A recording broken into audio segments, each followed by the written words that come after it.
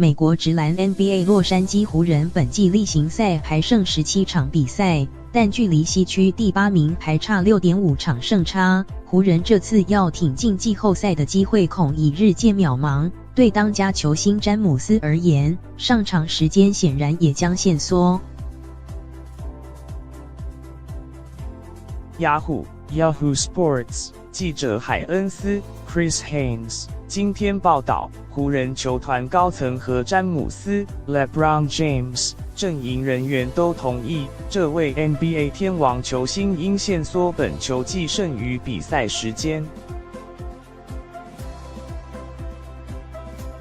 海恩斯报道，詹姆斯可能在连续2天比赛中休息1场，全凭他的感觉而定。根据这篇引述匿名消息来源的报道，詹姆斯每场比赛时间将在28到32分钟。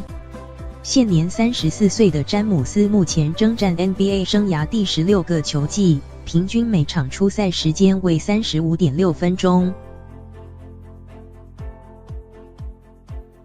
根据赛程表，湖人在剩余例行赛还有3次将连续比赛2天。湖人昨晚主场迎战丹佛金块，结果以99比115败阵。不过詹姆斯的生涯总得分超越前辈乔丹 Michael Jordan， 名列 NBA 史上第4高。